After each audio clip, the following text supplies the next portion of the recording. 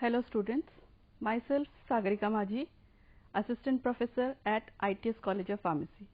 I'll be taking a series of lecture on cardiovascular system, that is Unit 5 of Human Anatomy and Physiology BP 101T. So today we will start with our first lecture, that is structure and function of blood vessels. So in this lecture, what we will go through is introduction to blood vessels, type of blood vessels, anatomy of blood vessels, and pulmonary and systemic circulation. So all these points will be taken care of. So the first we will start with what is blood vessels. So basically blood vessel is a flexible network of tubes or channels. Like in this picture you can see here, it is a network.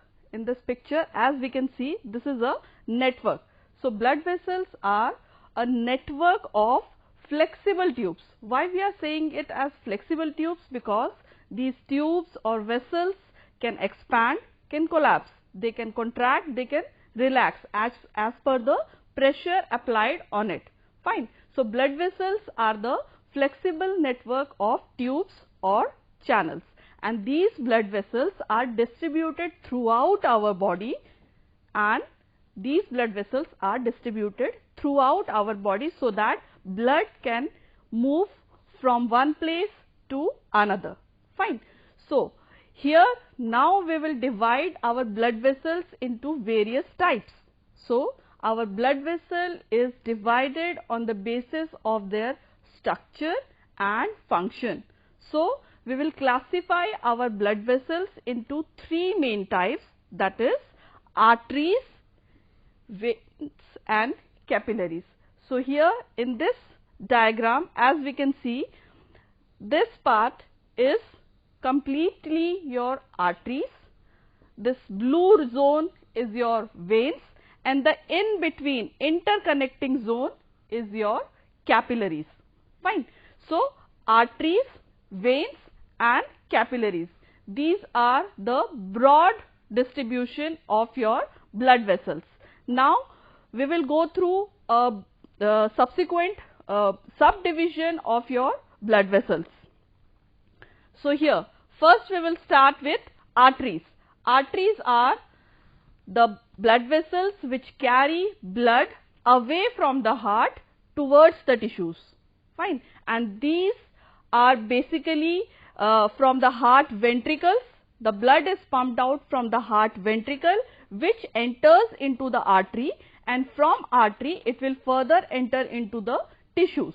Fine. So once it goes through the arteries, next it will enter into arterioles. After artery it will enter into arteriole. Arteriole are the smaller division or subdivision of arteries. Arteriole are the smaller or subdivision of arteries. So from arterioles the blood will be subsequently entering into the capillaries. So here they carry blood into the capillaries. Now the next section is capillaries. Capillaries are the thin and very teeny vessels. Teeny vessels means they can allow easy exchange of gas, that is oxygen can be transferred easily from the blood vessels, that is capillaries, into the tissues. Fine. So here we are there is a transfer process that is going on. Now from the capillaries, the next section that comes is, or we can say from the capillaries, where the capillaries are merging together, it is getting converted into venules. So the next part is venules. Venules are the smaller vessels that receive blood from the capillaries. Venules are the subsequent blood vessels which is receiving blood from the capillaries. So here these capillaries which are getting interconnected and getting converted into venules, and further the venules will merge together to form a bigger blood vessel, that we will call them as veins. Now what the veins are doing? Veins are conveying, or veins are transferring the blood from the tissues back to the heart. So it is a complete cycle where your heart is first pumping out the blood into an artery, artery to arterioles, arterioles to capillaries, capillaries are further getting combined into venules, and venules are getting into a broader section, that is veins, and ultimately veins will carry out all the blood back to your heart. So it makes up the complete cycle where your blood is traveling from heart to body, then again from body back to the heart. Fine. So this is the typical division of your blood vessels. Now we will further move to the anatomy of blood vessels, means how your blood vessels are made up of. So basically, whether it is arteries or veins, all are made up of 3 layers. Your blood vessels are made up of 3 major layers. Now, when we will go through the individual ones, like when we will go through the arteries or the veins, it may vary whether one is consisting of any layer that is thicker or thinner, but widely when we distribute our artery and vein, it is made up of 3 layers. Now the 3 layers are arranged like the innermost layer, then the middle layer and the outermost layer. So the innermost layer is termed as tunica intima, that is made up of a single layer of endothelial cells. Fine. The next layer is the middle layer, that is termed as tunica media, and this tunica media is made up of smooth muscular layer, which is essential for the movement of the blood vessels. For the contractility, for the relaxation purpose, this layer is present. Now, the outermost layer of your blood vessel is termed as tunica adventitia or tunica externa. This layer is particularly made up of white fibrous connective tissue. So, the 3 layers that we have gone through here is innermost layer, middle layer and outermost layer, that is tunica intima, media and externa. So, all these 3 layers make up your blood vessel, that can be either your artery or it can be a vein. Now, once your artery and vein is completed with these 3 layers, they form a lumen or a cavity. Like if this is an artery or vein that has a cavity in between, this cavity here is termed as the lumen of your artery or the vein. So, in this picture we can see this is your vein and this is your artery. So, in this artery we have 3 layers that we can observe here, that is the outermost layer, that is a connective tissue, then the middle layer which is a smooth muscle layer and the innermost layer that is an endothelium, and this is the lumen or the cavity in between through which the blood is going through or the blood is flowing.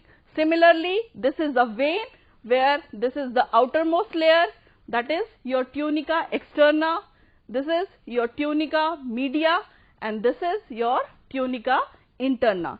So, here one additional feature that you can see in this picture is veins. Veins are having an additional feature, that is they have valves in them. This is a valve. Valve is a flap-like structure which can makes a gate-like phenomena, which can allow the passage of blood through it and it can hold it for a prolonged duration, or you can say valves are particularly important to avoid the backflow of blood due to the gravity. Fine. So, here your veins and arteries are getting together. Your vein and your artery is getting together, or they are mixing up together and they are forming capillaries in between. So here you can see that your capillary is an single layer of epithelial cells, and this single layer allows easy gaseous exchange throughout. Fine. So here we have seen that your veins are having 3 layers. Similarly, your artery is also having 3 layers. Now we can individually go through the arteries and the veins. So superficially, when we talk about arteries, we say that arteries are the red blood vessels that are carrying blood away from your heart. Fine. So here the carrying of blood is away from the heart. Artery always carry blood away from the heart. Fine. Plus the blood that is carried away from the heart is oxygenated. Oxygenated means the blood that is present in your artery is filled with oxygen. The only exception here is pulmonary and umbilical artery. Your pulmonary and umbilical artery are carrying deoxygenated blood. Fine. Now the direction of flow, that is again same, that is from heart to different parts of your body. It is taking the blood away from the heart. Therefore, we are saying that the direction of your blood flow is from heart to various parts of the body. Anatomically, your artery are having, we can say it is a thick structure which is having a elastic muscular layer, and this elastic muscular, that is the central area, that is tunica media, that is the thickest zone, and this thickest zone is responsible for handling a very high pressure of the blood. Arteries situation in our body, or the location of artery in our body, is very deep. We can't see our arteries superficially. Fine. Then the walls of arteries are more rigid or more tight as compared to your veins. Fine. So that they can withstand the pressure that is going through. Then comes your valves. They are not having any type of valves in arteries. Arteries as such don't have the valves which is present in the veins. Exception is for your semilunar valve. Fine. And the last point that is important here is the thickest layer, that we have already seen in the previous slide, that your artery is having the thickest middle layer, that is your tunica media, so that the elasticity can be used for the expansion and collapse of your blood vessels. It can withstand a very high pressure, and successively it can make the blood flow through it. Now the next comes your veins. What the veins are doing? Veins are blue colored vessels as compared to your arteries, where arteries, we said that arteries are red colored blood vessels. Your veins are blue colored blood vessels, and these blood vessels are carrying blood towards the heart. It is doing the work exactly opposite to your artery. Where your artery is carrying blood away from the heart, your veins are carrying blood towards the heart. Fine. Next, the oxygen concentration. As compared to arteries, where arteries are carrying your oxygenated blood, your veins carry deoxygenated blood. Again here we have an exception. The exception is same, that is your pulmonary and umbilical vein. Except for your pulmonary and umbilical vein, all the blood vessels, all the veins are carrying deoxygenated blood, that is the blood that is having low level or lesser amount of oxygen in it. Then comes the direction of flow, how the blood is flowing. So we can say here that the blood is flowing from different parts of our body. from different parts of our body back to the heart. Likewise, in case of arteries, where your blood is carried away from the heart to your body parts, your veins are taking the blood from your body parts to the blood. Anatomically, veins are thin as compared to your arteries. Arteries are thick, whereas veins are thin. In this we have elastic muscle like that of your arteries, but the elastic muscle or the middle layer, that is the tunica media layer, is thinner as compared to your arteries. Plus, here we have semilunar valve. The valve that is present in your veins is semilunar valve. Semilunar means it is in a shape of a half moon. Fine. That's why it is termed as semilunar valves. So these valves are present, or these flaps, basically they are flap-like structure. Two flaps are there, and this flap will avoid, or you can say these flaps will prevent the backflow of the blood. Otherwise, what will happen whenever we are standing or moving, the blood will flow downwards with the flow of the gravity. Fine. And that should not happen. Our blood should not move according to the gravity. It should move as per our body systemic circulation. Fine. So, to avoid this, we have semilunar valves which will avoid the backflow of the blood. Fine. Then comes the location. As we can see, the veins are very superficial in your skin. Veins are superficial for your skin as compared to your arteries. Arteries are deep seated. You can't see your arteries, but we can see our veins visibly. If you see your hands, you can easily visualize your veins. Fine. Valves are present, that is your semilunar valve, and the thickest layer as compared to your arteries, where in your artery the thickest layer was tunica media, here the thickest layer is tunica adventitia or tunica externa, that is the outermost layer. Fine. So here we can see a comparative distribution of arteries and veins. Fine. We have broadly classified our blood vessels into arteries, veins and capillaries. Then we have subdivided our blood vessels to arteries, arterioles, capillaries, venules and veins. Now here we are again dividing our subdivision of our blood vessels, that is on the basis of their structure and size. That is, it starts with your large vein, then medium sized vein and then venule. Fine. And then it gets converted to your capillaries. Similarly, when we talk about arteries, it starts with your elastic artery, then comes your muscular artery, then arteriole, and at the end it is the capillaries. Fine. It is on the basis of their location also.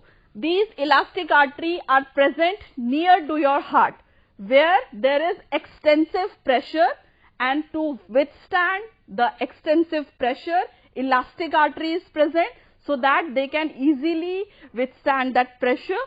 Then comes your muscular artery. Muscular artery is present in mainly in your skeletal system, where we are doing all type of our muscular activity, and rest of your body parts contain arterioles. Similarly, when we talk about veins, it is the large veins which are present near to your heart, that is the superior and inferior vena cava, that is the largest vein. Then it is the medium sized vein, and then the venules, and when these arteriole and venules are getting together, it is termed as the capillaries. Fine. So these capillaries are there for the purpose of gaseous exchange, that is oxygen and carbon dioxide distribution. Like oxygen is getting into the tissues, and from tissues carbon dioxide is getting back into your bloodstream. Fine. Now the last section that we'll go through here is the circuit or the circulation of blood, the flow of blood. So our blood flows through these blood vessels in two circulations or two circuits. These circuits are pulmonary circuit and systemic circuit. So the first one is your pulmonary circuit. So what is pulmonary circuit? Pulmonus means something that is related to your lungs or simply the lungs. Fine. So pulmonary circuit is the one where your heart is flowing the blood or the blood is moving from your heart towards your lungs. It is the interaction of blood flow between your heart, this is your heart, and this is your lungs. So if there is any type of blood flow between your heart and lungs, that will be termed as pulmonary circuit or pulmonary circulation. So the first point that we should know here is the pulmonary artery is carrying the blood away from the heart. So here your pulmonary artery which carry blood from the right ventricle. In the distribution section, distinguishing features where we have seen that it is only the pulmonary artery that is carrying deoxygenated blood. So here your pulmonary artery is there. Here it is carrying a deoxygenated blood to the lungs. Fine. From here there is capillary section, and these capillary in the lungs, they do the gaseous exchange, means the deoxygenated blood which is heavier in carbon dioxide, that will be released into the lungs so that we can exhale that carbon dioxide out, and we will take up all the oxygen from the lungs into that blood. So now when the blood is moving out of your lungs, it will be highly oxygenated. So here the blood is getting back into your heart, which is carried with the help of pulmonary vein. That is again one exception, that is pulmonary vein is carrying oxygenated blood. So here the pulmonary vein will carry your blood back into your heart. So the exchange of blood between your heart or lungs, where the gaseous exchange is taking place, that is your pulmonary circuit. Now comes to your systemic circuit or systemic circulation. So when there is an exchange of blood between your heart and your rest of the tissue, so this will be your systemic circulation. So what will happen here? Here as we got the oxygenated blood from the lungs, so this will be carried out with the help of aorta. So the first carrying activity will be done by your aorta. So aorta will receive the blood from your left ventricle and it will move the blood into your tissues with the help of capillaries.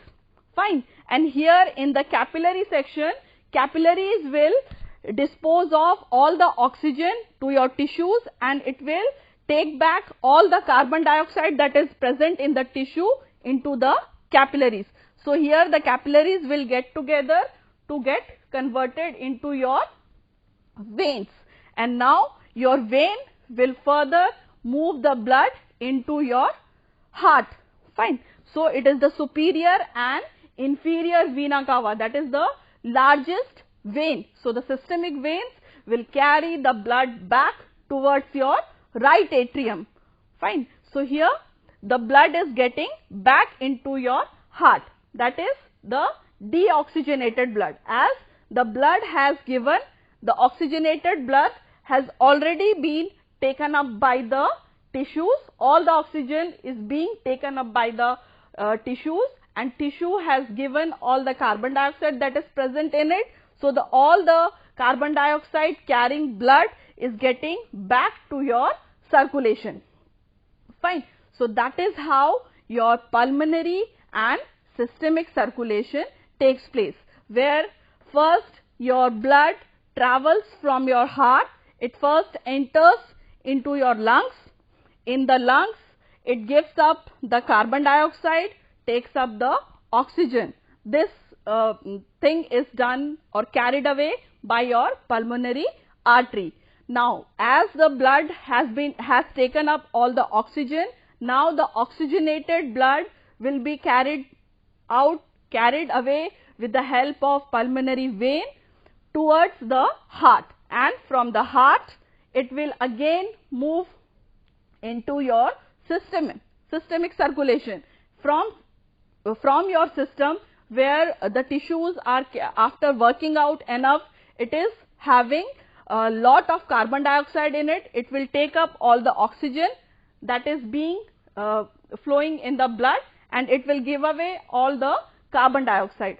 So these two systems together are working so that our body can work efficiently. Fine. So this is your pulmonary and systemic circulation. So this is how the blood vessels are working in our body. Fine. So these are the references from where I have taken all the text, that is Rosen-Wilson, Tortora and Donald Cirizo. You can go through this and you can elaborately read the text from where I have taken the data. Thank you.